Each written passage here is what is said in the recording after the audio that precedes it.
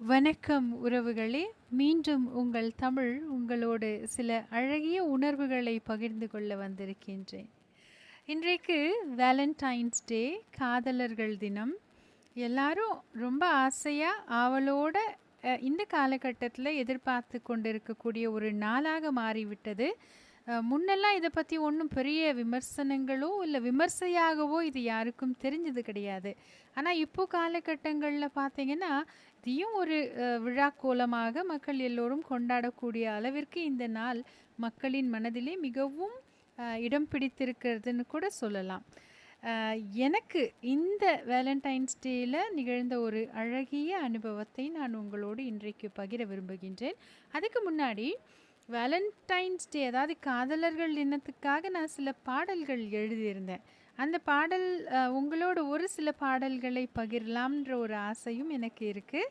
முதலில் இந்த காதலர்கள் தினத்தோடு எனக்கு இருக்கக்கூடிய அந்த இணைப்பு என்ன அப்படிங்கிறத உங்களோட முதல்ல பகிர்ந்துக்கிறேன். இந்த காதலர்கள் தினம் அன்று தான் எனக்கு திருமணமானது. அதுவும் ரொம்ப சுவாரஸ்யமான ஒரு நாள். அன்னைக்கு எங்களுக்கு அந்த காதலர்கள் தினத்தை பற்றின விஷயம் ரொம்ப பெருசாக தெரியலனாலும் காலப்போக்கிலே ஒவ்வொரு வருடமும் இந்த காதலர்கள் தினத்தன்று எங்களுக்கு திருமணம் ஆனது அப்படிங்கிறது நாங்கள் கொண்டாடுறதை விட உலகமே கொண்டாடி எங்களை வாழ்த்தும் பொழுது ரொம்ப சந்தோஷமாக இருக்கும். அப்படி என் கணவருக்காக நான் சில பாடல்கள் அந்த காலகட்டத்திலே எழுதி கொடுத்துருக்கேன். அந்த பாடல்களில் நான் ஒரு பாடலை உங்களோட இப்போது சின்ன 2-3 வரி வேணால் நான் பகிர்றேன். இந்த அனுபவம், காதல் அனுபவம் நிச்சயம் நம்ம எல்லாருடைய வாழ்க்கையிலையும் ஏதோ ஒரு கட்டத்தில் எங்கேயோ ஒரு இடத்துல நிச்சயமாக வந்து போயிருக்கும். சிலருக்கு அது பசுமையான நினைவுகளை தந்திருக்கலாம், சிலருக்கு அது கொஞ்சம் மன சோகத்தை தரக்கூடிய நினைவுகளாக அமைந்திருக்கலாம். ஆனால் அந்த காதல் வரக்கூடிய காலகட்டங்களிலே மனிதனின் மனதில் ஏற்படக்கூடிய இன்பம் இருக்குது பார்த்தீங்களா, அதை நம்ம வரையறுக்கவே முடியாது. இப்படித்தான், இதுதான், அதுதான்னு சொல்லவே முடியாது. ஒவ்வொரு மனிதர்களுக்கும் அது ஒவ்வொரு விதமான உணர்வை தரக்கூடியதாக இருக்கும். ஆனால் ரொம்ப அழகான உணர்வுகள் நிறைய மனிதர்களின் மனதிலே இடம் பிடித்திருக்கும். அந்த மாதிரியான உணர்வுகளை தரக்கூடிய நிகழ்வுகளை இந்த நாளில் அசை போட்டு பாருங்க. நிச்சயமாக அது திரும்பவும் உங்களை இளமை காலத்திற்கு கொண்டு செல்லும். மனதிலே உற்சாகத்தையும் ஒரு உத்வேகத்தையும் ஒரு ஆனந்தத்தையும் கொஞ்சம் நம்மளை திரும்பி பார்க்க வைக்கும்.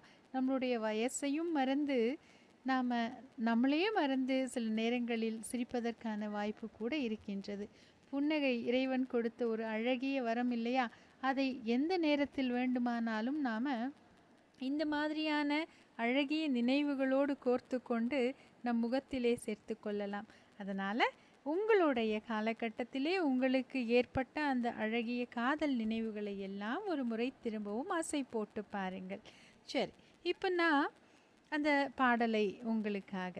இப்போது காதல் அப்படிங்கிற உணர்வு வந்தால் ஒரு மனிதனுடைய மனதிலே என்னென்ன மாற்றங்கள் ஏற்படும் அப்படிங்கிறத மைய கருத்தாக வச்சு ஒரு பாடல் எழுதியிருக்கேன். முதல்ல அந்த பாடலுடைய ஓரிரு வரிகளை உங்களோடு பகிர்ந்து கொள்கின்றேன். காதல் வந்தால் கண்ணுக்குள் பட்டாம் பூச்சி பறக்கும், கன்னத்தில் குழிகள் மெல்ல பிறக்கும், எண்ணத்தில் ஏதோ ஒன்று உதட்டோரம் வந்து சென்று உன்னிடம் சொல்லத்தானே துடிக்கும். காதல் வந்தால் உறவுகள் சூழ்ந்திருக்க உன்னை மட்டும் கண்கள் தேடும், உனக்காக காத்திருக்கும் நிமிடங்கள் தேனாய் மாறும். இது ஒரு தனி சுகம், இதற்காக ஏங்கினேன் தினம் தினம் உன்னை மட்டும் மனதோடு தாங்கினேன். காதல் வந்தால் நித்திரை குறைந்து போகும், நிழல் படம் பேசக்கூடும், முத்தத்தின் சத்தம் கேட்டால் ஓடி வந்து கண்கள் தேடும்.